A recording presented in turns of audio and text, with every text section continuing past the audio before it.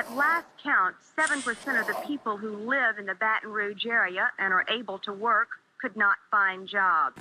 Consistently, a large number of the unemployed have been young blacks.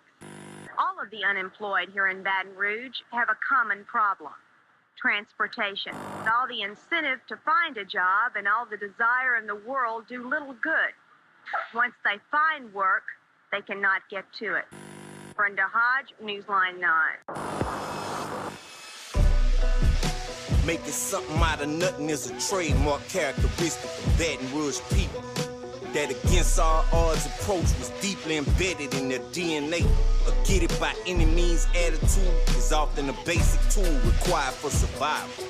But for some, survival is a life skill, and that skill gets put to the test daily. Where some come up short, the ones that make it through have an innate ability to finesse their way through the pitfalls and setbacks.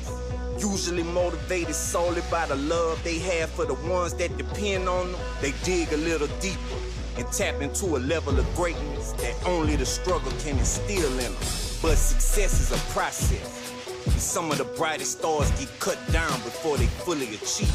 Operating in the shadow of a murder rate that increases substantially by the year, the ones closest to that depth can become desensitized to tragedy. And the experiences that will leave the average person crippled with PTSD becomes what those tethered to the struggle call normalcy. In this environment, it's hard to trust each other. And though they're supposed to be the ones protecting them, they trust the police even less. As a result of their experiences, they often feel victimized, thus creating a disconnect between them and law enforcement.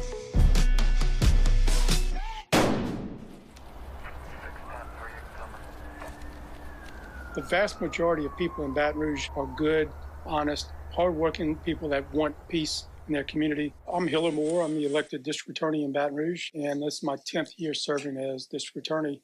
Baton Rouge Police Department is 60 persons short. The sheriff's office is around 100 short. State police are short. Right now, we're seeing a peak in homicides, and you have only 9 homicide officers that are working in the city of Baton Rouge. It's basically conflict resolution.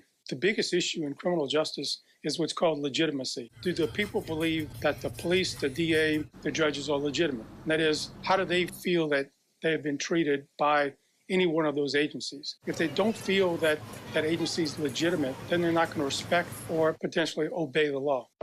Obeying the law has proved challenging for rap artists, maybe even more so for Baton Rouge rappers. But when you come from a treacherous environment, a quick rise to fame lends a false sense of being untouchable. Close to 90% of rappers from BR have had some type of run-in with the justice system. But it was the city's most known artist, whose legal troubles played out on prime time with everybody watching. When CeeLo got locked up in 2000, Boosie linked up with Trill Entertainment, a label started by CEOs Turk and Mel, along with Pimp C from the legendary group UGK. That's when I was doing my little regional thing, taking off. That was the most precious time in my life because when I was first getting money, you know. Doe got locked up. 3 months after that, I got locked up on a remand. I called home one day. My mama said Pimp C them wanted to holler at me. They ended up pulling some strings to get me out of jail. And I went straight to recording Trill Entertainment. Not holding Boosie back, Loc worked out a deal, making him a Trill artist. It was CeeLo and Mel and Turk. The deal was actually making the payments on Boosie to CeeLo, and that's how Loc got paid. Capitalizing on his crazy buzz, Trill dropped his second album, For My Thugs, ASAP, and set the streets on fire. I was a young nigga getting money at that Green and Yellow CD. That's like when I shined and it meant something. Green and Yellow CD was the hottest thing in the streets. With that momentum, Turk and Mel started adding artists and producers to the Trill roster, which already included Big Head and Q. It was me and Boosie from the get-go. It was really supposed to be like me and him, like, and Q, because Q was Turk's nephew. But it was a young savage named Webby from the Sherwood section of the city that set himself apart. Webby used to really hang with my partner. My partner was the one who was telling me, man, shit, my nigga make beats and all that. When we went to school together and played football together, he didn't know what I did. But when he signed the Trill, that's when we really got it going. Teaming Webby with Boosie and taking advantage of the Pimp C affiliation proved promising for Trill, with projects like Boosie and Webby's Ghetto Stories and Gangsta Music becoming instant classics. My first beat that jumped off was that Big Boy that I did for Handy. But the one that really changed the game was that Swerve. Like, that was a sound nigga I ain't never heard before. Gangsta music turned Webby into a star. With his songs Gimme That and Bad Bitch crossing over to the radio, landing Trill a distribution deal with Asylum Records. And his debut solo album, the now classic Savage Life, dropping on the national stage. He the first person I know delivered when they said deliver, man. I still can't think of a CD as good as Savage Life 1. Savage Life Webby, Ghetto Stories Webby. Come on, man, it's hard to top that shit. But Savage Life dropped with some controversy when Baton Rouge rapper B-Lo was accused of bootlegging the CD before release date, leaving Turk and Mel charged with, but ultimately cleared of attempted murder. Fatality. Attempted murder charges for 2 men accused in a shooting in Baton Rouge were thrown out in court. Melvin Vernell Jr. and Marcus Roach were accused of shooting Bruce Moore in 2005. Charges were dropped at the request of Moore and 2 other witnesses 1 year later. After Savage Life, Boosie was back up to bat, and like always, he hit it out the park with his nationwide debut. That's when I took off nationally in 2006 after the Badass CD. I've been out since 98. 2006, I was down there 10 years in the game. The album Badass was produced by Mouse and a new member of the production team, BJ. Me and Mouse did pretty much all of the production on it. The ones that I did was Just the Lover, You Don't Know My Struggle, Soft to Hard. Me and Mouse did Exciting together. I recorded a whole bunch of songs for Boosie. I feel like it's the best album in the last fucking 20 years. You ain't gotta fast forward shit, you know, and it's just another motherfucking classic. Boosie and Webby's national success made Trill a powerhouse among Southern record labels, and they wasn't finished adding artists to the roster. Get a knock at the door, and it was Mouse. He got a hold of my mixtape. He took it to Trill at the time. He wanted to work with me. Turk told him to get in touch with me. They signed me the next day. Fox locked in with Mouse and delivered a hit record out the gate. Me and Fox tag team while we down, we did that one together. Fox, he was kind of skeptical about it. He didn't want to put it out at first. I actually begged him not to put that song out. I had a good vibe with it out the gate. I knew it was something special. You know, Fox did that song by himself first. Wipe Me Down lit up the streets, and Trill capitalized by putting Boosie and Webby on the remix and pushing it nationally. It quickly became the biggest record in the country. I come from Glen Oaks. Man, what I'm doing on BET, man. I'm on BET. This your boy, Lil Piece of Badass, Fox a Million, Webby, Young Savage. You watching 15 minutes right here, live in Cali, baby, where it goes down. Along with Fox, the group 3D, made up of Mouse, Lil Fat, and Shell, also dropped a few anthems, like Watch My Shoes. I wasn't even supposed to be in the group. First song I ever recorded, it was that Do It Sticky. Shell, Fat got on it. That's the new 3D. Solidifying Trill from the streets to the clubs, all the way up to the Billboard charts. Trill was on the epic run through the 2000s with albums like Fox and Street Gossip, Webby's Savage Life 2 that spawned the #1 record with Independent, and Boosie's Superbad. I did Loose as a Goose, Long Clips and Choppers, Miss Kissing on You, I'm a Dog. It's so many records that I done produced that people know. All the shit I was doing for Boosie, Devil Get Up Off Me, Don't Act a Donkey. You know, I had my own sound. Be Real had his own sound. But the type of shit we was making was gonna get a nigga head cracked in the club at any given time.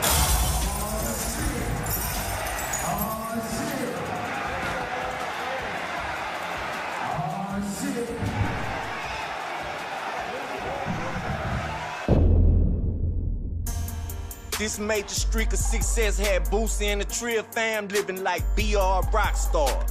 But that fast life would ultimately catch up with him when he was arrested for weed and possession of a firearm. Local rapper Torrance Lil Boosie Hatch pleaded guilty this afternoon to drug and gun charges. Deputies last fall reportedly seized a bag of marijuana, a cigar containing the drug, and a gun from Boosie's car. The 26-year-old rapper was sentenced to 2 years of prison time. After Boosie turned himself in, the rest of the Trill fam kept rolling, releasing albums, mixtapes, and compilations with hits like I Got My People With Me and Rubbing on My Head. But in this game, it's peaks and valleys, and Trill was dealt the blow when Lil Fat was killed in 2012. The shooting happened in a parking ramp at Northside Hospital. D.A. Paul Howard says hip-hop artist Little Fat was there about to become a father. We have a picture of the high-end Audi he was sitting in when he was shot repeatedly. I pray for my city because we still fucked up. Niggas getting killed, and I wouldn't wish that on nobody. And that's what we had to deal with coming up in Baton Rouge, period. With the Trill fam reeling from the loss of Lil Fat, they was blindsided once again. When while in the middle of his sentence, Boosie was indicted on a murder charge and moved to Angola. An East Baton Rouge Parish grand jury has indicted Lil Boosie on first-degree murder charges in the October 21st shooting death of Terry Boy. Once behind bars, the 29-year-old is accused of hiring this man, Michael Loudon, to kill a man on the outside. Loudon, who's still waiting to go to trial himself, is expected to be a star witness for the prosecution. Once Boosie got in that trouble, it was real. They froze Boosie's account. He ain't had no money to pay for no lawyer. You got people that were saying free Boosie, but everybody left. So when y'all see me going through the news interviews and all that, I mean, I wouldn't go leave him. I'm gonna drop doing everything what I'm doing and go to war with the state for my blood. 7 men from Boosie's inner circle was arrested in connection to multiple murders. The whole time, he maintained his innocence. I feel that I have 2 strong leaders that's representing my son, and I know he did not do it. The defense argued that Boosie was being unfairly persecuted for his gangster lyrics, which included accusations of racism aimed at law enforcement, including the district attorney, Hillard Moore. Those lyrics had some disparaging remarks about Hillard Moore, things that could incense any man. This is a case that's going to be tried on the facts and the evidence, nothing else. The prosecution had no DNA evidence or witnesses, so they built the whole case around a taped jailhouse confession from Marlo Mike. But all the evidence supported the defense. So certain of the weakness in the state's case, they declined to call a single witness. It took the jury an hour of deliberation to return a unanimous verdict. It is the verdict heard round the world. Boosie is cleared in the murder of Terry Boyd. Just by us sticking solid like that, it worked. We prayed. God used me to be there because I had to been through the system. I know how it worked. From the beginning, he was never guilty. God is good. I told y'all from jump he's innocent. I expected a not guilty. The first time we looked at the police reports and the documentation, we knew this man should be found not guilty, and we did everything in our power with God's help to prove it. Boosie started from the bottom, but battled his way through oppression, writing songs so vivid, he made the whole world feel his struggle. You can't deny this fucking music I got. Anchoring a label that took unknown artists and producers and turned them into stars. At one time, when you play Peter Boosie with music, when the beat come on, you know who made the music. Boss on the track is a fucking legend. My biggest goal was to have everybody in the streets playing my music. It wasn't about no money. It wasn't about no fame, no jury. I wasn't thinking about none of that. Dropping records that became the soundtrack to the street. That Rouge is based on gangster music. That's what blows up here. Don't nobody make you want to knock a nigga ass off like Whip. Don't nobody get you bucked in your car like Boosie. Like he started a whole movement. Building up a resume that put him in the no-limit cash money conversation of historic Louisiana record label. It was either rap or jail or death. So, shit. Here we is. Trill was like a dream team, and Boosie was the Michael Jordan, the voice for a whole generation of ghetto kids. That's why he's still here. Went to jail all of years. And came back out, right back on track. Boosie badass, Trill entertainment, you hear me? Everything we fucking drop consistent, nigga. We started off from crumbs, you know what I'm saying? Nigga, I come from 1 bedroom and 1 kitchen, nigga. And I talk shit cause I bag it up all day. Ask somebody about Boosie badass, do your research. I'm the mouth of the motherfucking song. Believe that.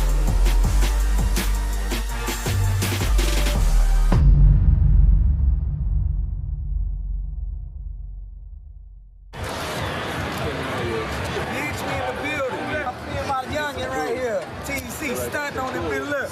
His throw money. Fresh out the motherfucking Paris. Fresh out the Paris. Just got out of prison. Don't show my probation officer this because I owe her $200. That's pocket money and this just show money. We gonna turn this bitch cut up, upside down. Feel time. Yeah, dumb shit. South Coast Coalition wasn't the only crazy-ass white boys head first in the Baton Rouge rap gang. At the same time, a young spitter named Tebow, a.k.a. the Firecracker, was in the yo cooking up, and soon exposing the city to his white boy swag. Bo came up in poverty. His parents moved the family from rundown trailer parks to gutter apartment complexes frequently when they couldn't keep up with the rent. And his troubled childhood got worse when his mother passed away when he was 12 years old. My mama passed away. She was real sick, you know, the last years of her life. I was going to Crestworth Middle at the time, and it fucked me up. Not understanding how to deal with his trauma, Tebow felt an escape from all the pain when he zoned out to his rap tape. Then life hit him with another blow when his best friend Sambo was murdered. Looking for a way to channel the pain, he started writing down his own thoughts, which turned into verses.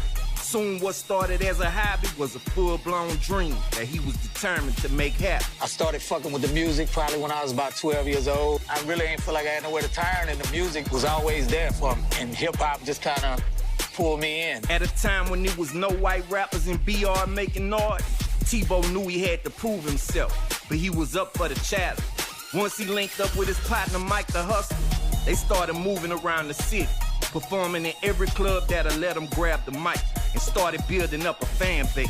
I didn't know any white rappers at the time, you know, so that was another hurdle to jump. And to show people you were serious, you had to even go harder. Thinking me and my homie Mike the Hustler was the only white rappers around to finding South Coast Coalition and Lil Witness that was just as serious as us about it and was about their grind and they hustle and they was dope. And us sticking together as a whole, that's something we was real strong about coming up. Bo's clout would jump substantially in 1999 when he landed a verse on a song with Snoop Dogg that was featured on the soundtrack to the film White Boy. I had a few record deals on the table when I was 19. I was fucking with Snoop Dogg, was supposed to be the first artist on his label. Snoop Dogg linked up with Tebow when he walked into a record store in Denham Springs, Louisiana. While hollering at the owner, Snoop made it known that he was looking for a fire white rapper to do a song for the movie soundtrack. Somehow Snoop Dogg ends up in Ricky's record store. Get a call at my house. I answer the phone and Ricky's like, hey, somebody wants to holler at you. Next thing I know, he's like, what's up, nephew? This the big Snoop Dogg. And I'm like, who the fuck is playing with me, man? Quit all that bullshit. Next thing I know, we recorded a song. I ain't gonna say nothing, Snoop, but you stole my hook. But that's all good. The song ended up just being him and Tebow. And that's when things really started to pop for us, where people knew who the fuck we were. The White Boy soundtrack was the opportunity Bo had been waiting for, as Snoop planned to sign him to his newly formed label. But things quickly changed when Tebow caught an attempted murder charge. And my stupid ass gonna still be running the streets doing dumb shit and caught attempted murder charge. And out of Snoop's own mouth, he told me straight up he couldn't invest in a problem like that. Snoop had paid Tebow $10,000 for his soundtrack appearance. He used the whole amount to bail himself out of jail. Back at square one, he got back on his grind. And in the year 2000, he dropped the album with Mike the Hustler called Who Them Boys. But I kept plugging away and stuck with it, and luckily got out the situation I was in. And then I just kept on grinding and making music, and man, was dropping some CDs. Me and my homie Mike the Hustler was putting out some music. We ended up catching the attention of C Murder. The opportunity with Snoop wouldn't be his last one, as C Murder was signed both to his own True Records. C and Tebow became close pals. They was very similar. Tebow and C Murder was very similar.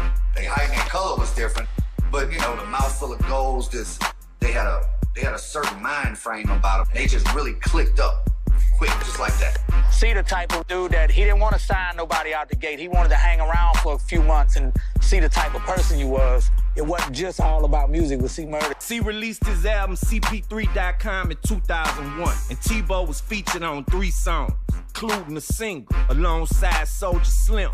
The video stayed on BET. The labels was liking what I was doing on his record, so they was reaching out. And once again, the streets grabbed another artist. He got himself in a situation that he didn't do, but he caught the rap for it. And, you know, now he's up the road right now. With C fighting the murder charge, his brother Master P slid Tebow over to his No Limit roster and a spot in his mega group, the 504 Boys.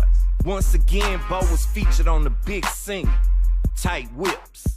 He also made several appearances with Pete and the 504 Boys on shows like Rap City's The Basement and 106 in Park, patiently waiting for the focus to shift to him. but it never did. You know, I'm a part of No Limit Records, one of the biggest record labels ever, and just still couldn't quite get over that hump. I've had my foot in the door so many times. Either I fucked it off or just something fell through or broken promises or, you know, it was always something. And like before, Tebow found himself back at square one. But this time he had something he didn't before. Experience, name recognition, and the understanding of the music business. So instead of waiting for another opportunity to come, he created one and started his own label, Firecracker Entertainment, and finally dropped his solo project, Firecracker Underground, in 2003. We had a love-hate relationship with the radio station. We felt like we wasn't getting the love that the other local artists was getting. We always had a chip on our shoulder like, that's all right, we gonna show y'all. You know what I'm saying? Better than we can tell you. So we kept grinding and kept packing shows and doing this and that. And the radio station would wonder how the fuck these white boys packing these shows everywhere. And it was strictly off the hustle. But being the boss comes with more to deal with. And for Tebow, it was that he felt the lack of support from the Baton Rouge radio station. I've been on more damn CDs than I can count, and I can't get no airplay down here. What is wrong with Baton Rouge, man? We got love for y'all. Y'all show some love back to us. Tebow was really getting on Jay Tweezy ass, man. I didn't know what the personal beef or grievance was between them. My grudge for the radio station was so big, I was like, fuck that. I called up there, you know what I'm saying? Like, what's happening? And it happened to be Big Cheese that answered the phone. My response was, you know where I'm at, 650 Wooddale Boulevard. I don't get off until 5 o'clock. I can't come to you, but you can always come to me. So I'm like, fuck it, I'm on my way. And, you know, I didn't know Big Cheese was that big. And he come outside and fuck, we caught a few rounds. Like, straight up. We were in the parking lot going at it. I'm getting hit, and I'm hitting his ass, too. Matter of fact, he punched me so hard one time, he knocked one of my fucking shoes off. But I kept fighting, because I believed in what the fuck I was there for. And he respected my mind as much as I respected his. After the fight was over with, Tebow and I shook hands. It don't really matter about who won or who lost. I ain't really getting into that. We became friends after that because he was serious about his craft, and I was serious about mine. In the game where many don't last, Tebow's ability to keep pushing through against all odds is motivation.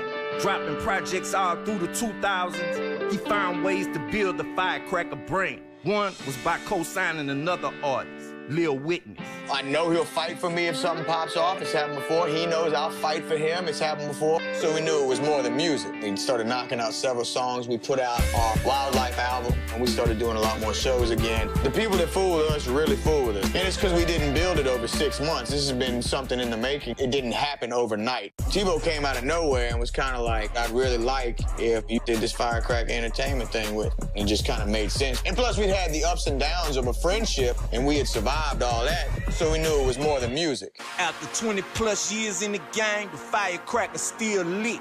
He never backed down, spoke his mind with no filter, regardless who he pissed off in the process. It stood on everything he believed in. My mama dead, my daddy dead, my sister dead. My best friends got murdered. I didn't let that stop me from pursuing my goals, and that's to leave my mark in this world. I'm not here just for no money or no hit singles. I love making music. The fans still love it, and that's all that matters at the end of the day. You got to be the one that's going to keep pushing, separate yourself from everybody else. I put it in God's hands and just keep putting one foot in front of the other and keep it moving. And the trailer park guard ain't done. His story's still being written. Determined to carve out his own lane in the BR rap game, he operated on his terms and earned his name a spot on the list of BR legends.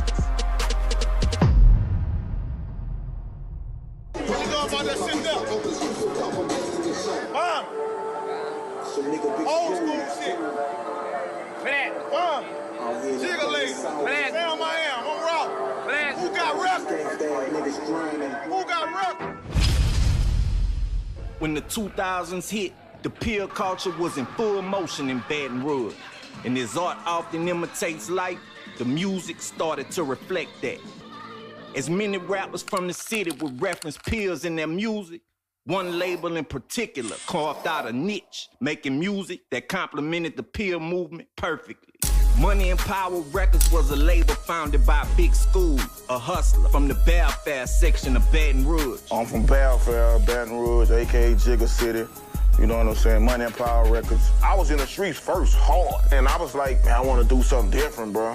And it made me want to do the music to be able to tell my story, to get out of the streets. He started the label focused on one artist at first, putting all his resources behind a young rapper named Sam I Am. He emerged as the city's newest record label CEO. Started out with the first artist, which was Sam I Am, who was introduced to me from one of my homeboys. First group I was with, Money and Power Records. That's when y'all first heard about Sam I Am. He built the studio in his trap house, and Sam moved in. I moved him in my house in the hood, 2200 block, Rouge, in the trap house or whatever. It's like I put him in the environment. And the two began recording what would go on to become Sam's debut album. Relying heavily on production from X-5 and Z-Man, Sam went head first in the recording for the project.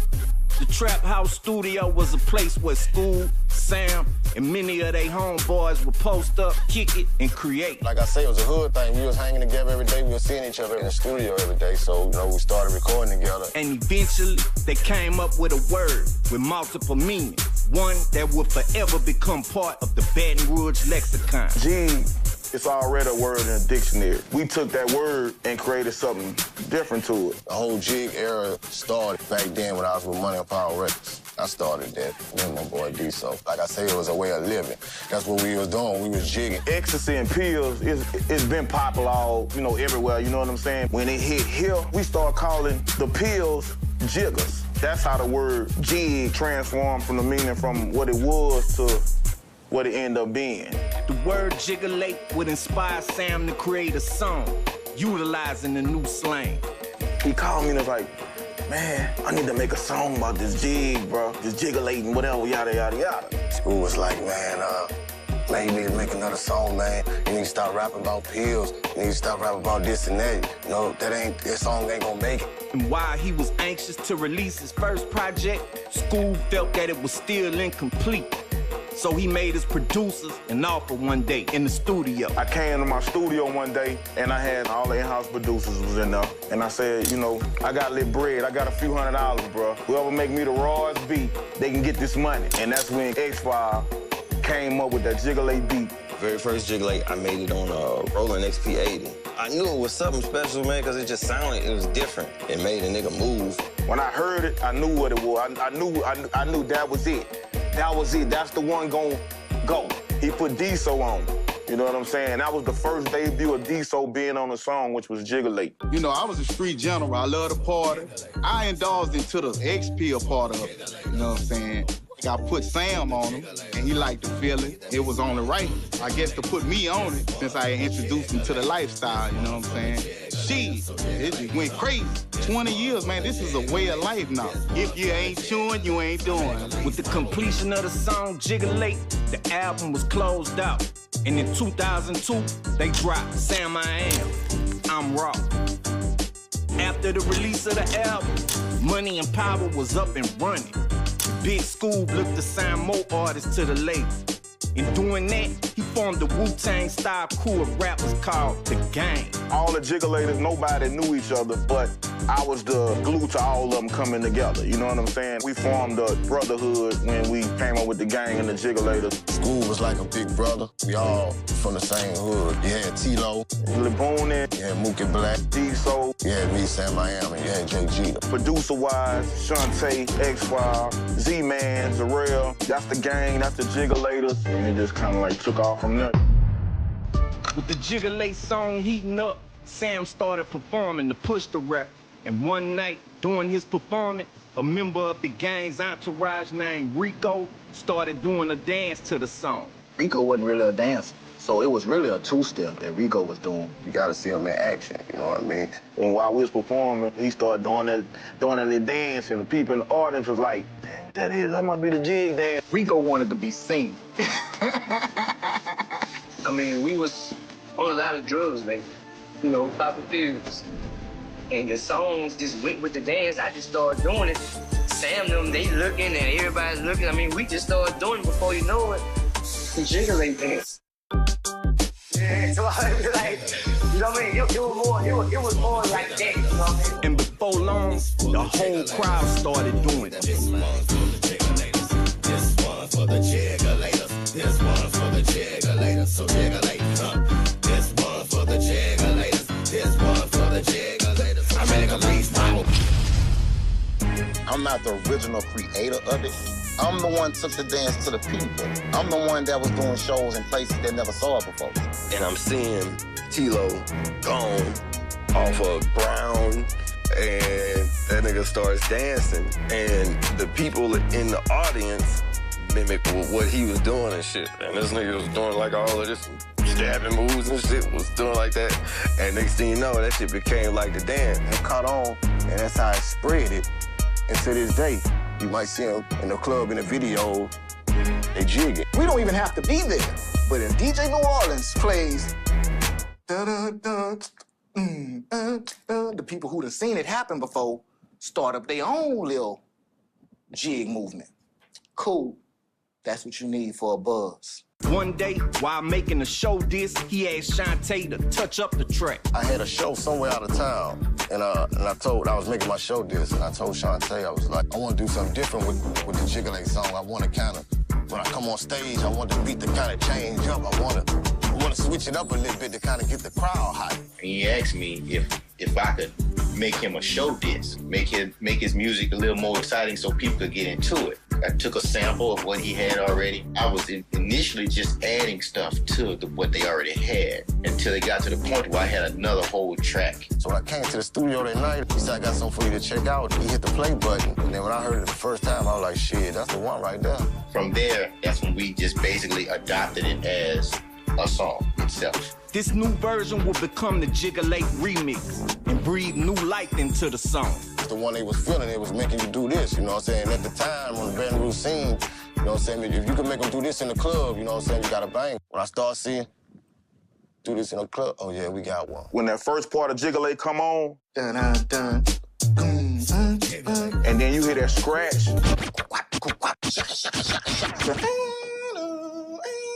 And it was the whole fucking club go bananas.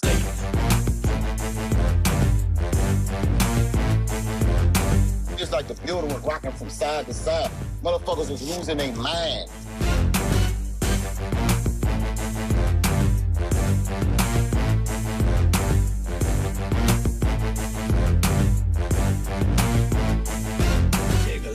With the Jiggalate remix and the jig dance catching on, Money and Power had struck gold, and Big Scoob looked to capitalize.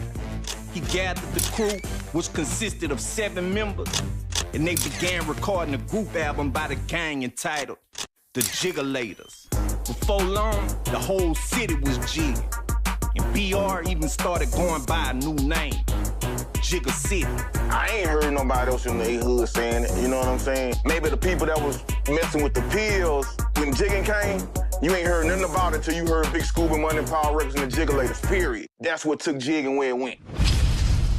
Money and Power had started a movement that bled over to surrounding states, with the Jiggalate remix in heavy rotation on radio in cities like Houston and Dallas, and being played by college and high school bands all over the South.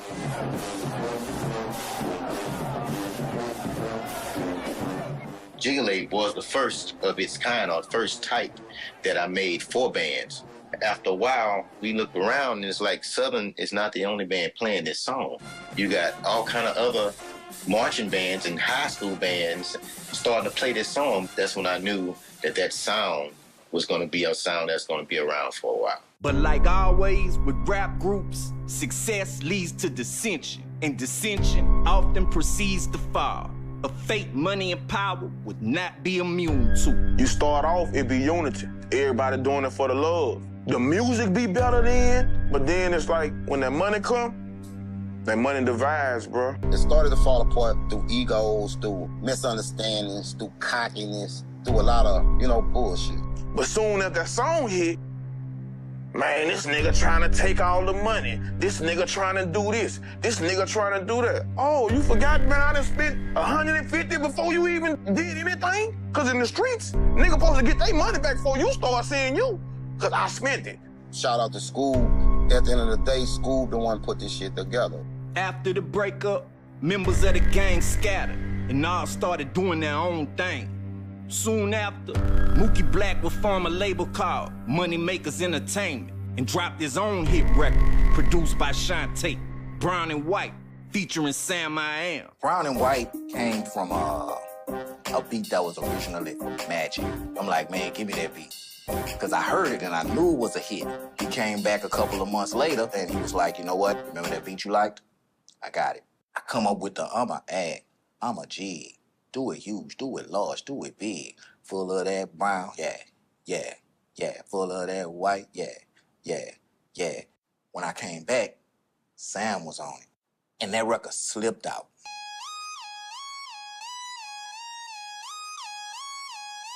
I'ma act, I'ma G, do it huge, do it large, do it big. I'ma act, I'ma G, do it huge, do it large, do it big. Full of that brown, yeah, full of that white, yeah, full of that brown, yeah, full of that white, yeah.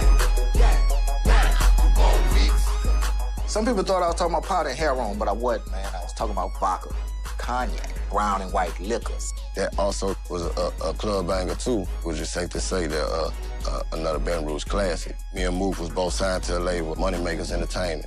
That's how Brown and White came about. T-Lo also found the magic formula working with Shantae.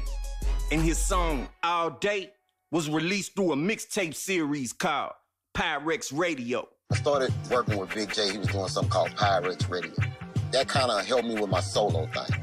Shantae had reached out to me for something we should have been did with the Jiggalators. He was flipping through beats when we were in the studio, and he'll go to something, and then all of a sudden I hear that, boom, boom, boom. I say, that I wanted it to sound big. And soon after, it was tearing up clubs in the city. Streets got behind it. The clubs got behind it. By the time it started to catch wind, I had went to jail. I don't know what jail do for a rapper. It just blew up. Then in 2016, the song reemerged. It went viral on social media with the Jukebox Challenge. DJ Jukebox, he was at the Black Beach or whatever, and he ran down with one of these Bluetooth speakers. And the song he was playing on that bitch was All Day. And everybody as he running is lit. You feel me? Because he could have played in the other song, but All Day was the perfect song for the situation. Like, you know what I'm saying? People try to say he made me. No, it was one of them things. It was the perfect situation. It was a perfect combo mix of the song, the speaker, and the mood everybody was in. So it made something called the Jukebox Challenge. I've been drunk, high, twisted, low, hustling non-stop on the block, getting dough. All day, all day, all day, all day, all day, all day, all day. And I'ma be clubbing, bucking, thugging, oh, don't wipe me down from my head to my toe. All day, all day, all day, all day, all day, all day, all day, all day. The gang, the Jiggalators, call them what you want. But you can't deny they made history. Like we created something from Baton Rouge, like how New Orleans created bounce. We created jig music that's spreading everywhere. We dropped those songs at the right time. You know, it was what people wanted to hear. It was what people was doing. When you go to the club, it was what you was seeing. The city could feel it, and it made people dance to beat. It was okay for even dudes like hardcore thugs and gangsters. Like, man, you could do a two-step jig, man. This represent, I'm from Baton Rouge. I'm a Baton Rouge jiggalator.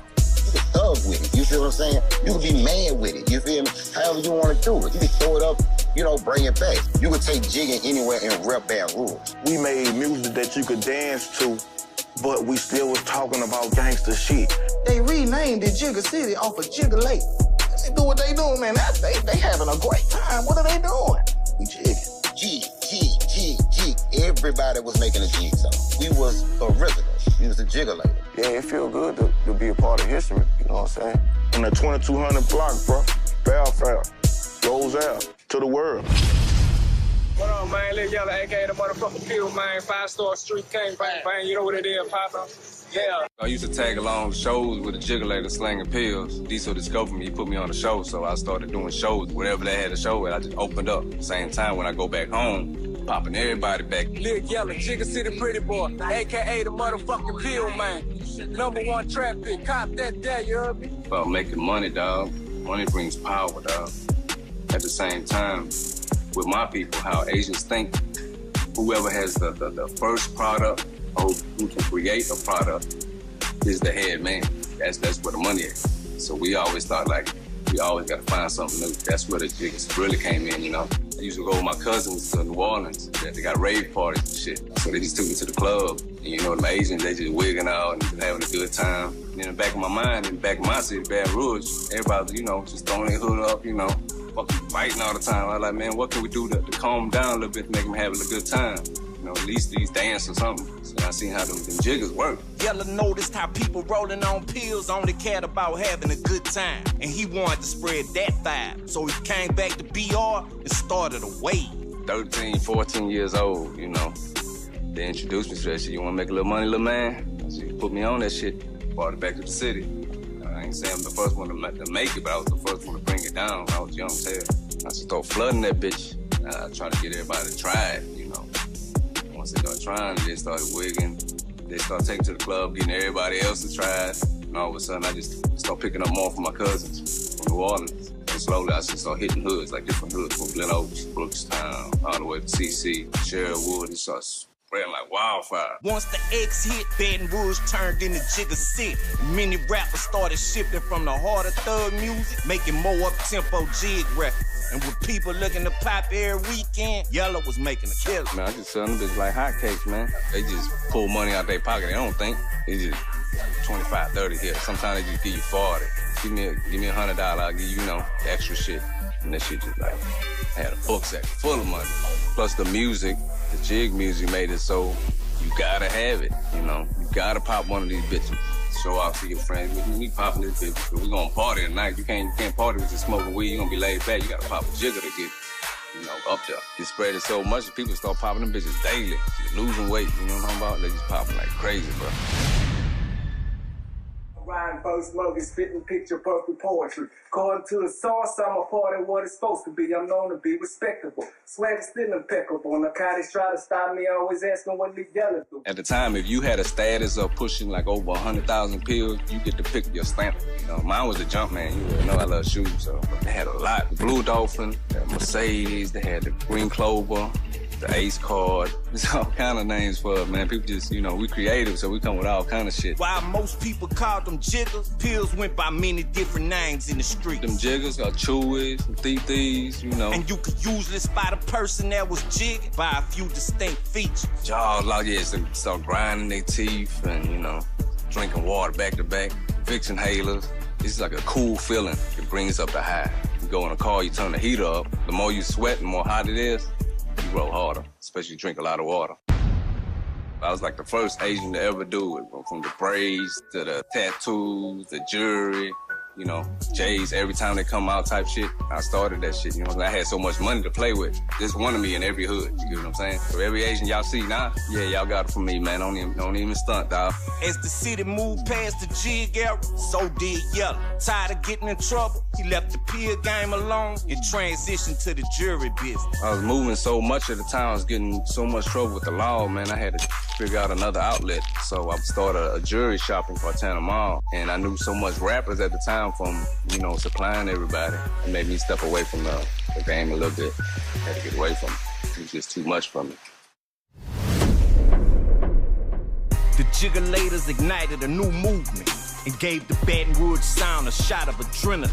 And once that style of music crafted specifically for the pill poppers in the club started catching on, the whole city took notice. Soon after, more groups would emerge, creating high-energy street records with one goal in mind, dropping the next jig anthem. Few artists would hit that target as precisely as Down Bad Entertainment. The five-man crew consisted of Cage the conductor, who also served as the squad's main producer. Whoa, Cage the conductor, you heard me, representing 225. I'm the nigga behind the beats, you heard me. Keep rolling, Bills, keep rolling remix, and a whole lot of other stuff y'all ain't heard yet, you heard me. Terror, a.k.a. Cheese, Jack the Ripper, Super, and J.R. Dot. I can't stop drinking, I can't stop smoking. It must be them jigs, got my eyes wide open. And behind the whole operation was the group's manager, J. Dirty. Started with Down Bad when nigga was like 17, 02, 03. I went to school with all them niggas. J.R. Dot, Cage, Dirty, and Darren, they all went to school together at Southern Lab. Y'all did the same class, same grade. Man, we was knuckleheads trying to make music. Dirty was the business of it. I was the nigga that knew how to use the phone book, you know what I'm saying? So I took that position. That bill like the rap university. We were learning as we went. And eventually a nigga struck gold. You can make 1 million songs, but all it take is one and everything changed. That one song came out the gate for Down Bad when they dropped the pill-popping anthem called Keep Rolling. I took it to DJ Al. I was really trying to get another song played, but that nigga be grumpy. So he like, nigga, just tell me what number you want me to play. I told him the wrong number. The club wasn't really that packed. Had about 20, 30 people, but half of the bitches was on pills. You know what I'm saying? The few little niggas that was on pills went so hard off that bitch first time hearing it, he ain't had no choice but to keep playing it. That was at Club Dreams. And he started running that bitch every Monday, and it was up from there. Down Bad brought a certain rawness to the jig sound. The music wasn't polished and perfect. It had a gritty and gutter sound to it that captured the super ratchet energy of BR to perfection. And where most artists use coded language and slang in their verse, Down Bad left little to be deciphered as they wrote uncut and direct bars that the crowds would chant word for word. We were pushing 88 BPMs, 90 BPMs on shit.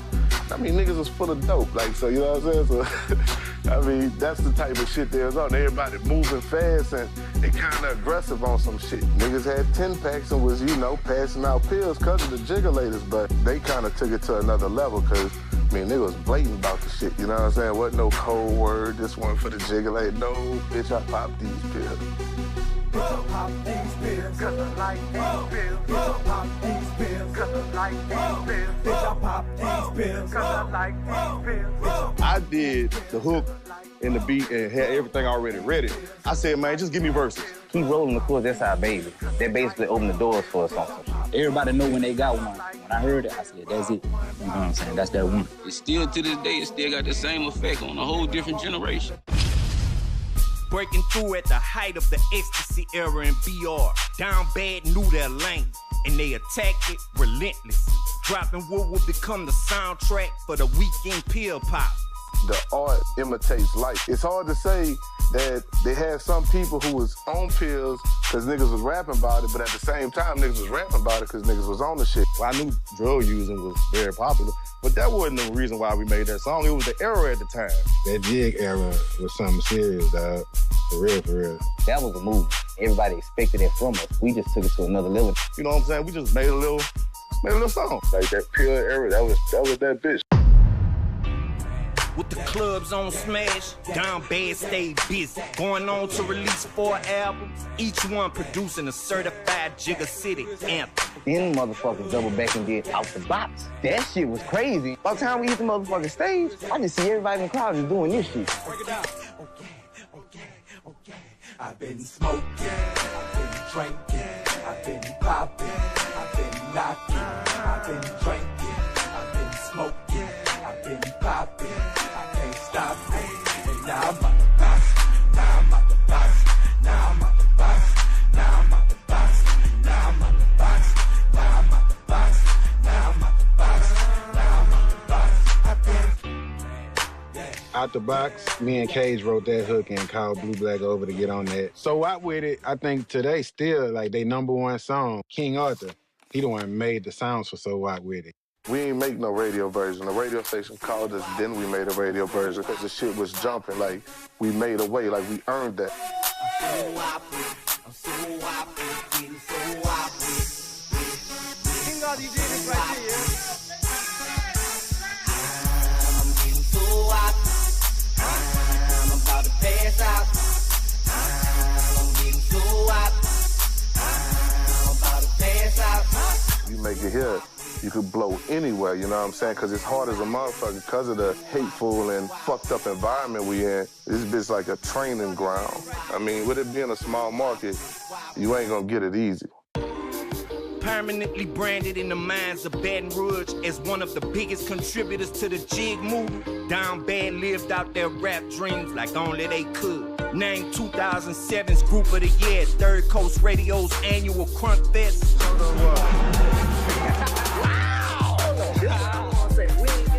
Nominated for for the Southern Entertainment Awards Album of the Year and keeping clubs turned up to this day. It might be partially our fault. People was on drugs heavily, doing things they shouldn't have been doing. Like, man, it was wild, bro. It was something to see. That was some 05 jiggers right there. They showed the city that no matter what, you have your homies back to the end. Dirty gonna make sure everybody's straight, everybody good. That was his motto. Everybody eats. Gave us classics to jig to. More of the story is, keep rolling. Keep rolling, rolling, rolling, rolling. Keep rolling, rolling. Down bad in the field. And representing what it really means to be down bad. I ain't even pop. That's the crazy part about it. Somebody had to be sober for all us to still be here today, you know what I'm saying?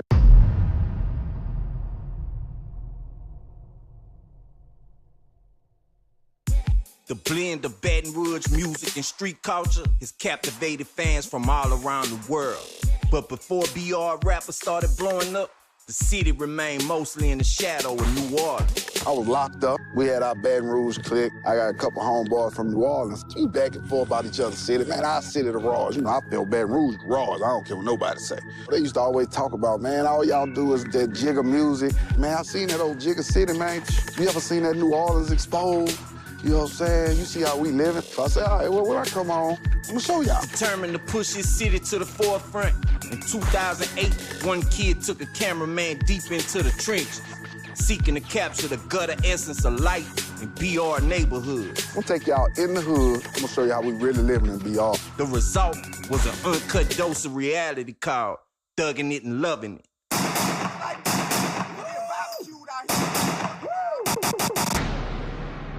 The DVD sent the city into a frenzy, for better and for worse. The first one was just raw and uncut. It looked like we hopped out with an iPhone and just got it on. Then we hooked up with Joe Mexican. He knew more about the film industry than me. He was like, hey man, the kid sent me over here. He said, you're the best at doing this video thing. He said, I have this project. He had shot Thugging It and Loving All himself. He had all the footage. And he's like, all I need you to do is put it together. I went deep off in the hoods. You know what I'm saying? I ain't just stay on the outskirts. I was in the hoods with the real dudes that's repping their hood. Baton Rouge is wild. You know, you already knew they were wild, but once you turned that camera on, you know they was gonna show out. I just really thought people was gonna look at it, kind of laugh it off. You know, they crazy. And it just shot off like a rocket. It's called the first real DVD that captures the streets of Baton Rouge. Thugging It and Loving It, my God. I remember being in my office and my chief of detective and a couple of investigators and then a couple of guys from Intel all come in at the same time. Well, that's never good. People flashing guns, firing into the air, and blatantly displaying what appears to be drugs in their hands. So I say, what now? I say, you got to see your city. They put that thing in. Hey, fuck y'all, you heard me? Believe that, nigga. I'm gonna shit my pants. This nigga already know.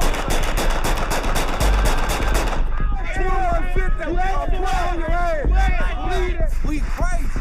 You see me, we don't give a fuck. My eyes ain't blink, bitch, I'll shoot you. Police and prosecutors want to identify who is on the DVD. I say I want every name. Every name. The district attorney's office calls the video frightening. You may find parts of this story disturbing. The chief of police already had us in his eyesight. Everybody watched it. Judges and all. Then the children was watching it. That bitch was everywhere. It took the city by storm. Man, Sherwood went nuts back there. Oh, man. You had some classic moments on there that just everybody talk about. Neighborhood superstar go Duffy, man. Niggas know I go Duffy. Nigga catch me in the club, I go Duffy. They started putting a book together. They started doing the work. And in this book, they had it organized. They were starting to build a case file. They was on us like, man, look, we know y'all shot it. We coming for all y'all. Man, I couldn't go nowhere without getting pulled over. Where the guns? Where the drugs? I know you got it. We made a couple of cases on some people for some stuff in the video. I had a lot of my partners that go to court and be like, oh, we was gonna let you leave, but you can't leave because you was on Thugging and Loving. We ain't done no crime. We not killing nobody on there. We put that disclaimer on the front. Oh, if we wouldn't have did that. The disclaimer said all actors, all guns was props. And that's what it was. First, This man starred in a violent street video years ago. Tonight, he's dead. The latest murder victim in Baton Rouge. Good evening. Warren Jackson was featured in a violent video, Thuggin' It and Lovin' It, which had the community in an uproar when it was released in 2009. Thuggin' and Lovin' It opened a lot of eyes, man. You know, I was blind to it. Still talked about nearly 15 years later. The impact of thugging it and loving it can't be denied. I wanted my city to be represented. Respect our minds how we come, thugging and loving. But sometimes the truth is ugly. And the only way to make lasting change for the better is to face that ugliness head on. We would send detectives to your mama house. I love it. We say, this is your son. Do you know what he's doing? You know, you kind of outgrow stuff. Thugging and loving, I didn't outgrow it. I just don't see no reason to keep the nonsense going on. That's our one mama. She put that ass whipping on her son. He was never in another thugging and loving, and I bet you that. I felt like I was contributing to the nonsense that was going on in the area instead of helping it out. I love it. What the business is, niggas. Now, what you want to know? What you want to talk about? Or you want me to do all the talking? You know I'm going on all day, man. They say you got a nice mouthpiece, so run it. I mean, just pick a subject. It's whatever. Pussy-ass niggas. In 2005, a street figure with a gangster reputation named Nussy became a hot topic of the street's conversation. His dad was from my neighborhood, East of Town. His mom is from South Baton Rouge. When we were little, Nussy mama ain't wanted playing with me. Him or his brother. I was always in the crime. Stealing, hustling, pulling shit off. They wanted to do what they see the older guys in the neighborhood do who was doing the bad shit. All this shit come back from being in the project, Big D apartments. You know what I'm saying? The streets know my MO. I don't slick side and try to, nothing funny, nigga. I kick your dough in, give me the bricks, I want the chips, even them pick the pig lips. As he was out there mixed up in hood gossip, rumors started flying that he was the one responsible for a high-profile triple homicide. Among the victims was a well-known street general from South Baton Rouge named Lil I. A couple dudes got killed, and it was like, basically I didn't do it, but ain't nobody believed me. Incident occurred and so much chatter was going on in the streets. Adamant that he wasn't the one responsible, he thought about ways to let everybody know he didn't do it. I was in the studio one day with one of my partners, and I said, let me say something on this motherfucker, you know? But I wanted to say something to address the issue, and I did it. He didn't have the ability to just tell everybody, I didn't do this, I didn't do that. So he wrote a song. But later on down the line, a couple months later, they found out I didn't do it. Ain't nobody apologized to me for it, so I'm mad now. And Nussy, the rapper, was born. Those celebrity records, Baton Rouge representative, Mr. Really be doing them things. Up 5-0, all the rumors you heard is true. I'm just a street nigga trying to convince you I can rap. His told man came see me, Michael Wayne. He told me Nussy was rapping. I said, oh yeah, he gonna take over. I did everything really like the old-fashioned way. I got out in the streets in my grind and I promoted myself. DCF, that's Nussy. Those celebrity records was Nussy.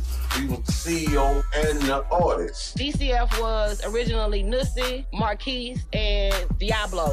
When you first started rapping, like I couldn't stand to hear none of that shit. In the beginning, it was funny. You know, like, damn, you sound garbage. And I started hearing all of this shit when I called out that Nussy don't know how to rap. But I was always telling all of them, Nussy gonna take over though. Why? Because I know he know what to do. People tried not to feel me. They tried to brush me off. I didn't let it get to me.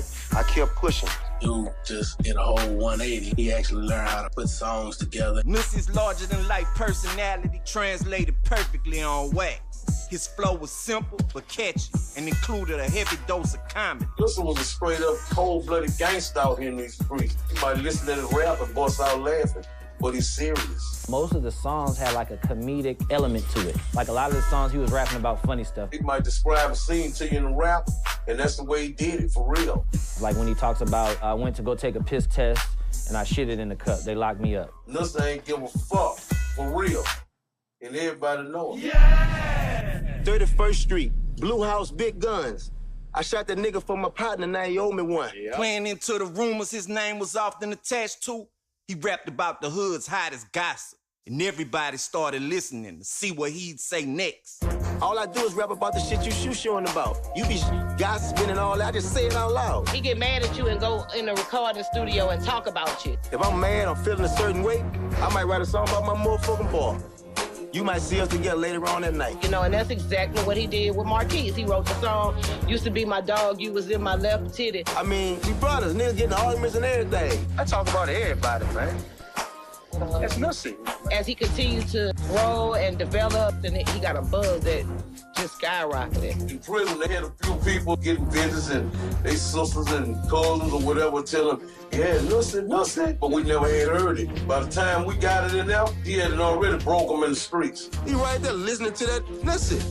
Everybody want to hear that because you lame if you ain't fucking with me. That's one of my strategies. How you ain't fucking with Nussy? You know nothing about Nussy and DCF? You tripping. Nussy used several tactics to make people pay attention. Sometimes he took the messy approach of going at rappers with bigger names.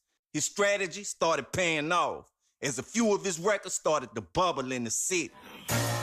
Everywhere you went, they was playing the dumb way. Of course, because it was controversial. My past life been a big grimy, so anytime I say something towards anybody, they gonna blow it up. He caught your attention by doing stuff that was the element of surprise. I'm gonna still keep that street gossip messy shit. I'm gonna go and keep on making these bangers everybody won't hear. I'm just gonna be Nussy, bro. He would go places and the DJs wouldn't even play his music. So he was like, I'm gonna make it where my music is gonna be heard so much the DJs have to play my music. Nussy was very entertaining.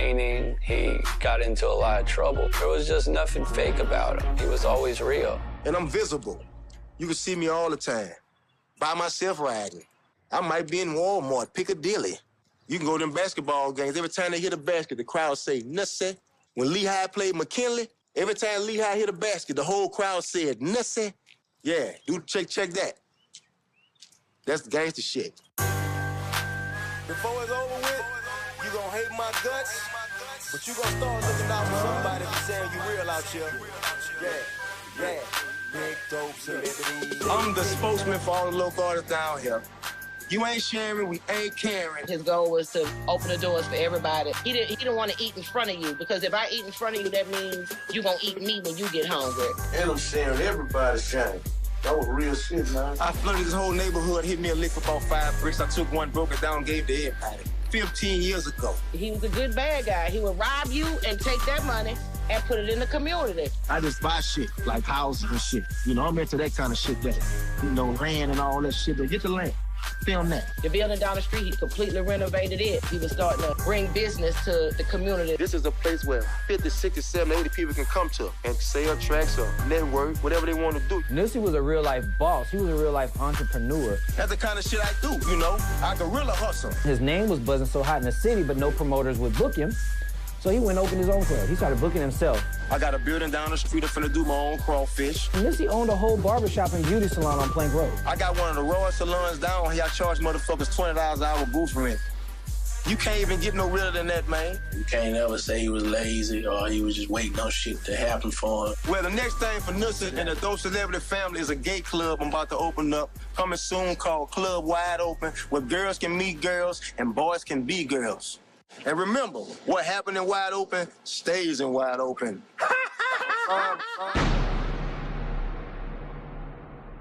Go ahead. Chris Jackson, number 18. So read Pee-wee. I can't find that bitch nowhere, Tom. I've been everywhere. They say she do hand the milk. I've been all over there. I can't find her. And so I was casting for this film, Death Toll, and I was holding auditions at the Holiday Inn off of I-12, and that's when Nussy walked in to read for Pee-wee. His character on Death Toll was 100% who Nussy was. That's why he fell right in line. They told me I got the role if I wanted, but just still come audition for it, So I went, did something with DMX, Lou Diamond Phillips. It's my first time acting. Actually got a chance to meet DMX, which was his favorite rapper. Oh, my God. Nussy was just like the most resourceful dude I ever met. The writers, I remember, came to me and were like, we had a scene to shoot that night. DMX needs a weapon. Can you get a rocket launcher? So I'm like, man, a rocket launcher? First thing I thought of was to call Nussy. He said, look, I'll call you back in about 15 minutes. And I would say about 10 minutes go by, and he calls me back, and he's like, look, I got it. Where you need me to bring it? After that, I think I put Nussy in maybe like 6 films. One move I did was funny because I did a scene when I was robbing the store in South Baton Rouge on Government Street. And a lot of people don't know, when I was younger, somebody actually robbed that store while I was in there. So everything be destined to happen, you know what I'm saying? He was a natural with it, man. All them parts he was playing, that was him. That's what Universal wanted to fuck with him for. The fucking movies, dog. When we went to New York to sign Nussy's deal, the deal got sidetracked because they didn't know about his movies. They found out that he had all of this other stuff going on. But they said, well, go back to Louisiana. We're gonna redraw up some stuff. He's about to go make even more money on movies without us. We need to restructure the contract and make sure we lock that in, too. And so he left, and before he could go back, he got murdered. Police say Chris Jackson, known by his rap name as Nussy, was murdered last night in the mid-city area of Baton Rouge. My cell phone started ringing, and it was of his girlfriend at the time telling me he had been shot. But when I got there, I seen the ambulance pulling off and nobody else moved on the scene. I'm like, well, why are we not going to the hospital? And his sister was like, he dead. And I was like, damn. Police found the Baton Rouge rapper shot to death inside a home in the 2300 block of America Street. Nigga came and told me somebody just got shot around Diablo House and they think it was nothing. And I immediately knew it was true when I heard it. I was like, dang. I told him to stay out the south side. 33-year-old rapper was on the fast track to stardom before police found him dead. This is somebody that I saw come from nothing, grind his own path, and you know, now he's gone. The killers are still on the loose, and police have few answers. And when you're really out here every day taking chances and risks and all that kind of shit, you can't expect it to not have no downfalls and circumstances. That's the way he was living, because it was everything. You live by it, you die by it. It all go like that. That's just how it go. Rumors on the street run wild as to why Nussy was a target. I'm not even trying to act like I know the full story, but at the same time, you know, consequences and repercussions, everything we do. It's wicked down here. It's the dumb way, it's retarded. And everybody know it. Niggas don't play down this way. That's just all it is to it. Nussy was a star on the rise who could have pulled others along with him. Really, he was going to be the one to open the door for everybody. I'm talking about the whole BR was going to eat off this shit. He wanted to get Baton Rouge the recognition that nobody else was giving Baton Rouge. He was just days away from signing a recording contract with a major label. He was like my daddy. I ain't never had a father figure in my life till this came in my life. He took care of a lot of people. He was a good father to his kids. His daughter, Lil Kelsey, man, she was a church girl. But you'll never think because of Nussy. Crazy thing about it, bro, it was me, Nussy, and Diablo. That Thursday before he died, she came in the building and she was saying, God is good all the time.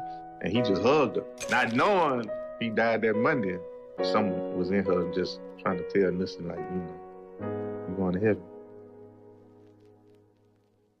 I get nice run action when the right gun blasts and some call it a straw or a striped lung attachment.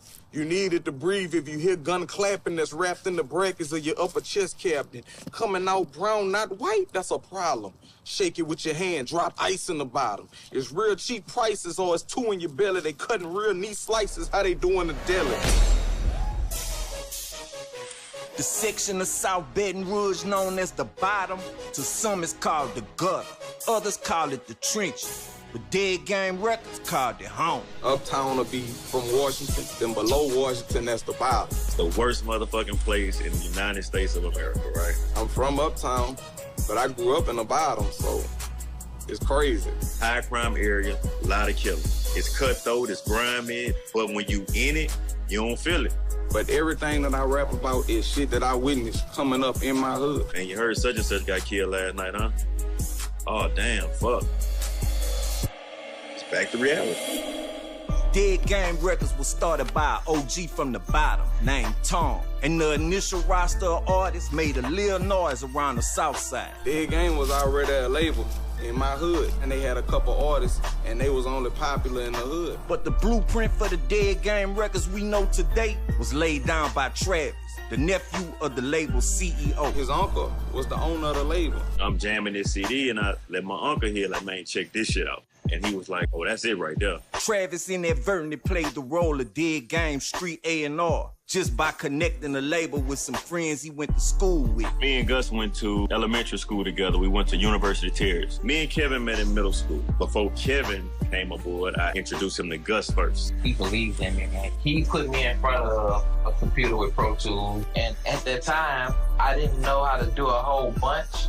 But I ended up learning later, with good music, you don't have to do a whole bunch. Kevin and Gus started recording at Bottom Line, a record store owned by Dead Game Records founder. My uncle decided to turn the, I guess a fucking utility closet into a booth. And it had Gus' little shit right outside. Next thing you know, I'm in the studio with Kevin and we're making records. Hanging around Bottom Line, Travis got more involved with the operation of Dead Game Records. I was always around the studio because, you know, I'm trapping in the hood. It's a nice little spot where I could just chill, work off my phone or whatever. Eventually ending up in an executive position. I guess I just kind of got more in tune financially for sure, and I did more because now I'm financially invested. Kevin Gates and Gus started developing a chemistry and creating a sound that was unlike anything else to come out of Baton Rouge. And everybody took notice. The reason my style is so different because intelligence was never a bad thing in my household. Book smart, street smart. He might be too smart for his own good sometimes. He wanted to be the best rapper. So when you want to be the best rapper, you put in the work. It ain't nobody here doing what I'm doing. Ain't nobody writing like that. Nah, it's really about dancing right now, but it's just a fad. He's gonna go against whatever everybody else saying. Somehow it always work out for him. Why I'm gonna be the next person to blow out of BR? It ain't that. It ain't that why. It's more like when, you know what I'm saying? Like I know I'm gonna be the next person to blow. I always knew that Kevin was just gonna be a star from the day I heard him rap. Like I'd have been through too much. I'd have came too far to turn around. They gotta let me in. You know, we ain't tipping in. We rushing in there. Believe that. While Kevin was in the Yo banging out projects with Gus, Travis was putting together a team of DJs. Earl was an inspiring DJ at the time. You know, he was getting some gigs or whatnot. Me and Travis ended up becoming cool from the club environment, and he said he was gonna start taking his record label serious. But the clubs wasn't really fucking with us at the time because they were saying we didn't have no club music. I'm a DJ and a radio jock, so hey, let's do it. He did what he said he was gonna do. He did events. He played the music there. You ain't have to hassle with him. He was already a DJ in the city. Then a couple months later, you know, we just made him part of the team. By having Earl on our team, we was able to kind of force feed what we did have. With Earl on the team, Kevin started dropping mixtapes at a rapid pace, all hosted by the DJ. And Dead Game applied pressure. Before long, the music had spread throughout the city. I'm just hot in my city. I created my own buzz, putting out mixtapes in the street. I used to go to clubs and catch the let out and pass out CDs. Everything that an artist needs, Kevin had it. They bought him a Benz. Kevin was staying on Perkins Row. We literally hit every neighborhood in town with flyers and posters. I could call Travis. Travis, I need 2,000 CDs. CDs would be there. All we did with Kevin in that first mixtape that we dropped, Pick of the Litter, were just sampling. Here, try this mixtape. It builds anticipation for an album. If his mixtape just retarded, man, I know what the album gonna be. Dead Game invested thousands and thousands and thousands of dollars into Kevin. Now the whole city and all the surrounding areas know about Kevin Gates. What can I say? I'm the point guard. I ran the rock. The Dead Game DJs gave Gates music a club presence, but he had yet to drop that certified club anthem. So he shifted his focus to come up with a record that would smash the club scene in BR. For a long time, people were saying that, you know, we need to make music you can dance to. Like, all right, Kevin, bro, we need to start trying to work on this club record. We had a few pitches at it, like Lean to the Side. Say my money real long and I'm clean in the right. I got diamonds in my chain and they bling. In the number one on there. And they bling in the light. If your money lean to the side, if your money real long, you should lean to the side. Lean to the, you know, but I would start them off. Left to right, left to right. Then the crowd just get. He was doing a Jamaican style back then with Get in the Way, then Grinder. I got two partners that's rostered, and they started talking to me about the culture, so I just started gravitating toward it, and I just, you know, implemented it into my music. Even Grinder, I lowered the volume as a DJ. You'd hear a few people in the club saying, oh, oh, oh, oh, oh, oh. So it would be a club reaction, but Kevin always had a problem making club singles. And I'm like, hey, man, look, that's enough reggae type of songs because people gonna start thinking that you're a Jamaican, then we'll have to answer them type of questions. When he finished Head to My Toes Clean, nobody liked the song. Me and my partner DJ made the beat, hated the song, and somehow that song leaked off the computer. I remember going to across the river, it was Daiquiri Cafe. I forgot the name of the DJ, but it was a white boy. Man, this nigga pops on Head to My Toes Clean. They went fucking crazy in this motherfucker. I was like, oh, shit. I've been wrong before, you know what I'm saying? That ended up being one of the biggest songs. Scratch Grinder. It changed my whole game plan. I can remember being in the club and seeing the response from the crowd. Then I started liking the song. Head to My Toes today is still Kevin's best club song. It was our Back That Ass Up. It was our Wipe Me Down. It was the record that introduced Dead Game and Kevin Gates to everything. It's why I'm in this interview today. Through shrewd marketing tactics, Dead Game was branded as more than a label, but a lifestyle. eventually becoming a movement that people wanted to be a part of. My idea for it was a movement like No Limit had. I wanted that type of influence, but the musical longevity of a Cash Money. You come by the studio, that bitch look like a car show. Hummers on 30s, Beamers, Benzes, everybody iced out, throwing parties. We did community events too. We used to have a barbecue every Sunday. And you wear your Dead Game Records t-shirt and you got free crawfish, free steaks. If I could do something positive and make people gravitate to me in a positive way, I'm gonna do that. Really, we brought the whole hood together. Everybody really felt like they were a part of the Dead Game movement. All the free shit that we did, we treated people like family. But when you show love, it ain't always reciprocated. And upward motion sometimes breeds contempt from your peers. Beef, misunderstandings, and potential deadly situations come with the territory. Me and Travis had worked some shit out the way. I had a single called Let Me Get In Here featuring Kevin Gates. The night before I was finna sign my contract, me and Travis got shot together. I called my partner, I'm like, man, where you at, man? Like, man, I'm in the hood. I had a big yellow Hummer on 28-inch rims. I never used to like to go in the hood with my truck. Tonight just one of them nights I need to go and take it in early, right? I said, man, fuck it, I'm coming. The nigga house who I was bad, I had went brought him some drink. He like playing on my top like, boy, you bitch, you scared to hang on the block. Man, you don't even drink nothing with a nigga no more. 5 minutes later, everybody see us out there. I pull up, I pull my truck in the alley, gotta be looking for it to see it. I put my gun in somebody's car. We all on the corner, we chilling, we talking, shooting shit. So out of nowhere, all you hear, pop, pop, pop, pop, pop. We about 20 niggas standing in the crowd. And then shots just rang off. I feel like the first one hit me, right? Bullets steady hitting the stop signs, all kind of shit. And I don't know where the fuck the bullets coming from. But one, I need to get up, and I'm just gonna run in the direction everybody else running in. I get hit in my ass, Travis get shot in his leg. It wasn't one of those in and out joints. It was stuck in my leg, so I most definitely felt it immediately. I can't even say they meant to shoot Travis, you know what I'm saying? They just shot into a crowd. And they had to pull him from under a house. I don't know how he got under that house, but that's where he was at. Me and Gates, we both had dreads at the time. We probably dressed alike. I can't say that they was completely gunning for Gates, but I honestly believe I wasn't meant to be shot. That wasn't either one of our smoke. Wrong place, wrong time. It could have been for a random nigga in the crowd. Who knows? Opening up on a whole crowd of people because you don't like one person, so it's fuck everybody. You know what I'm saying? So that was our traumatic experience. If anybody who ever been a survivor know one thing, you gotta sit back and analyze the game. When the game change, you change with it. When the game grow, you grow with it. Travis had got shot, Kevin had gotten shot, once or twice at this point. Like I say, I look like money. A nigga tried, and he did what he was supposed to do. Being hungry, he tried, but he ain't do it right.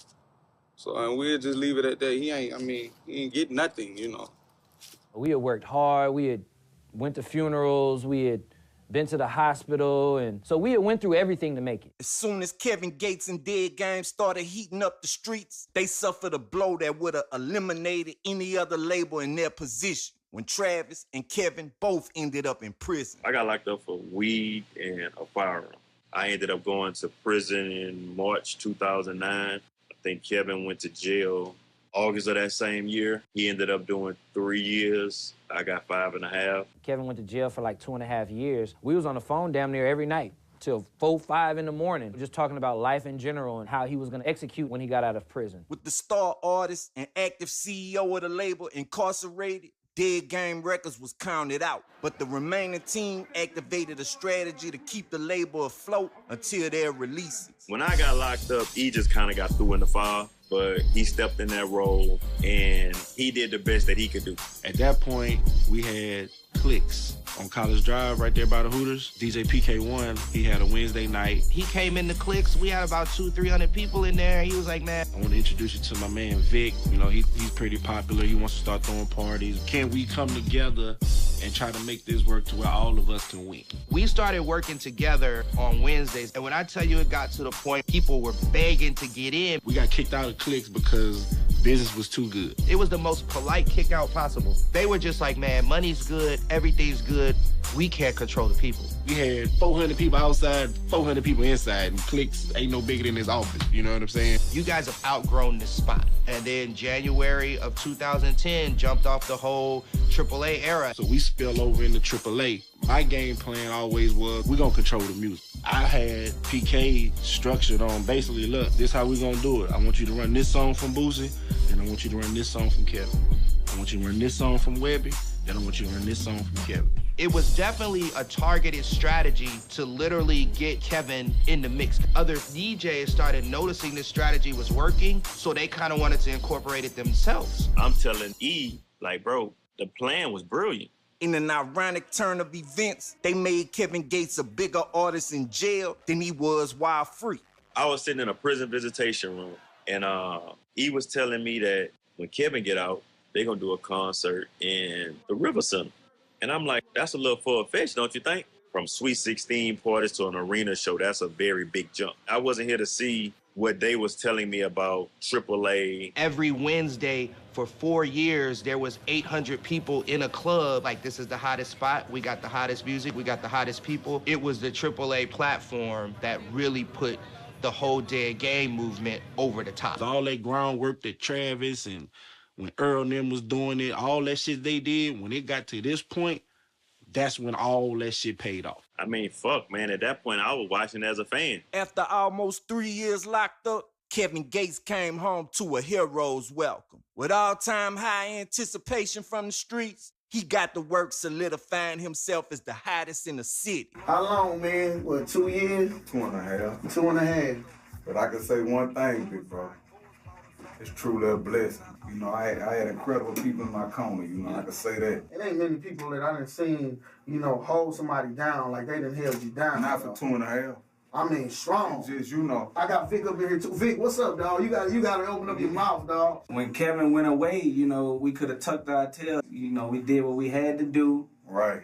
To keep the name alive. As you can see, Baton Rouge is excited and, you know, we finna shake up the world, man. The time is now. The boy is home. When he came home from jail, just the response from the public. People wanting to see him and touch him. The mall closing down the store and, you know, it's like, damn, he's really a celebrity now. The plan was, since he was so hot, to just take him on tour ourselves. I got a 17-city tour booked for you that we're doing on our own, and you making $5,000 to $10,000 per, fresh out of jail. In between doing shows, Gates was in the Yo recording his first release after prison and coming up with that one record that would change his situation. He called me one morning. We went in the studio. I don't know where he got the beat from, and he just started singing. At first, he was going into something like the rapper with a pistol shooting star shit or something. Then he was like, nah, fuck that.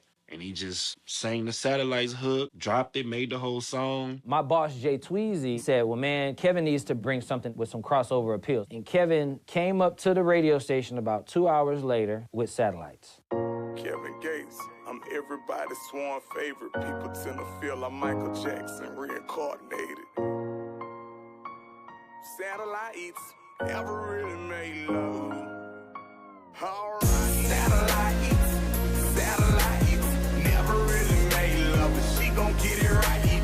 Emotions probably telling her she could stay the night, but her friends all call her crazy. They don't give her good advice. Brought the record in, played it on the radio right then and there, put it in full rotation, and then Satellites goes all the way. Me and others don't know what the fuck a satellite is to this day. Kevin just know how to make the music sound good. You don't know what the fuck he talking about, but you like this. Yeah. Those 100,000 watts at Max 94.1 mattered more than people really realized. He was so popular on the LSU campus now amongst the white crowd. Casey with the free agents. He hit me up one day. Man, look, I'm over here at the varsity. We want to do Kevin Gates, and I'm thinking, all right, that's as crossover as you're going to get in Baton Rouge. There was no crossover between the black hip-hop urban audience into Tigerland and into LSU. There was always a separation. When they asked us to do that, that was the moment where I knew, like, okay, let's see what we really working with now.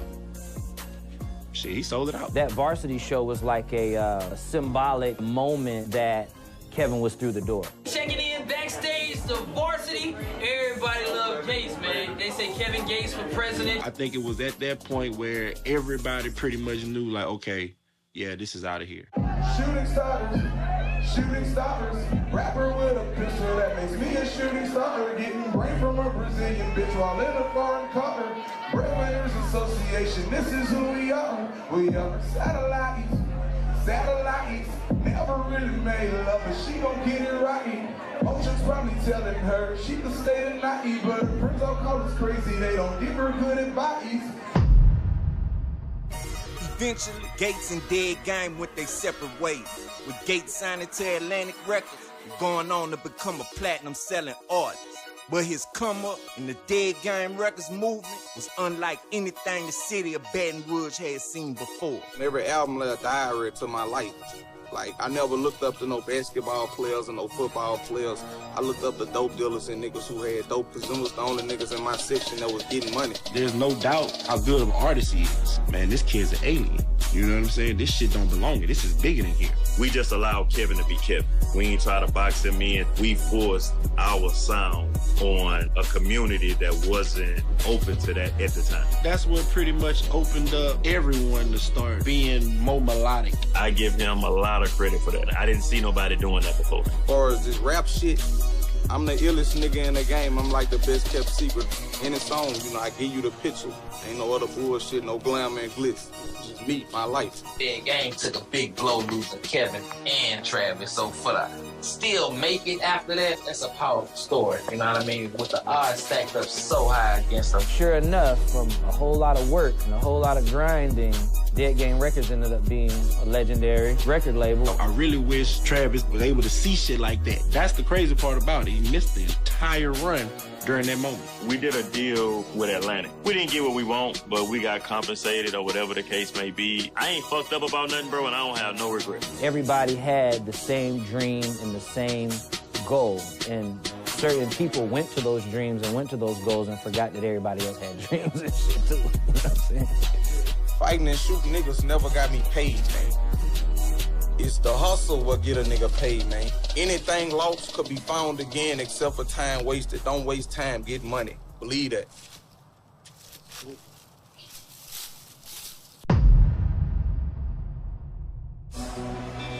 I'm from Baton Rouge, a small city full of big personalities. I'm the type of dude you might hear a rumor about. You might hear I robbed a nigga, you might hear I shot a nigga. Some of these motherfuckers, you ain't even heard a rumor. Shaped and molded by a one-of-a-kind struggle. If you look at all the cities that have the best music, it's the cities that come from the most poverty and struggle and horrible things. You can hear the pain in the music. That shit just raw, gritty. It don't even have to sound good. There ain't nobody like us, man. Nobody don't make music like us, man. We the ones, man. But that unique struggle bred a city full of survival. When you step off in these streets, death is a part of it. Rapper, if a preacher step off in the motherfuckers, he can get it too. My struggle was about surviving. It wasn't about being a rapper. And that's just something I just picked up being from the street. I just always learned how to survive. When you come from the jungle, you eat what you kill. The bad music known for Bruce. That's what it's known. If you could break through from here, like, it's gonna fuck some shit up. If you put me in the room with 100 more niggas, at the end of the day, the Baton Rouge nigga gonna stand out. The thing about Baton Rouge niggas, you either gonna love them or you gonna hate them. When you born without a filter, you say what you feel. There's no limitation. Like, niggas say whatever the fuck they want to say on the record, and they can put that shit to a dance track. We walk around the club all night doing this shit all night. To me, that's Baton Rouge music. Dumb is good, stupid is good, retarded is good. A nigga was thinking to themselves, how this bitch gonna hit in dreams on a Monday night? How this bitch gonna hit in vibes on a Saturday night? The more ignorant and the more disrespectful it is, the better it is. They gonna fight inside, they gonna shoot outside. That's guaranteed. Every time they open the doors. It made a nigga feel like they was doing their job if while they song playing, a nigga getting snuck. When you and I were present, you recognize the essence. Texas got they screw. You know, on them fields, like, you had to look ugly. It wasn't no pretty, you know, it's you know how you, I can't really explain. Atlanta had they crunk. Be looking at a nigga crazy in the club, you know? You be looking at a girl like, yeah, I'm gonna hit you tonight. But right here in this city right here, we got Jigga City music. Because the whole club, you know, side to side with it. You know, it's a beautiful thing to see a whole club of people just jigging. We are BR, being raw, being real.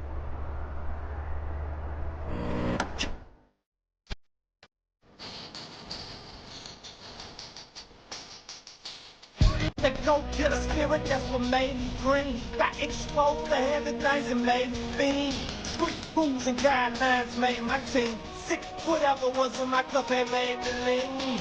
back to the future. Big fly with my feet, guys. You been through what you did it, nigga. I ain't gotta explain. It's understood. I'm from the hood. I picked it up and put it on my back. I was the only one that could.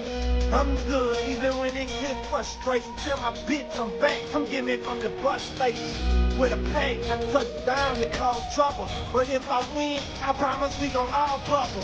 Cause that's just the kind of nigga I am. That nigga, you understand?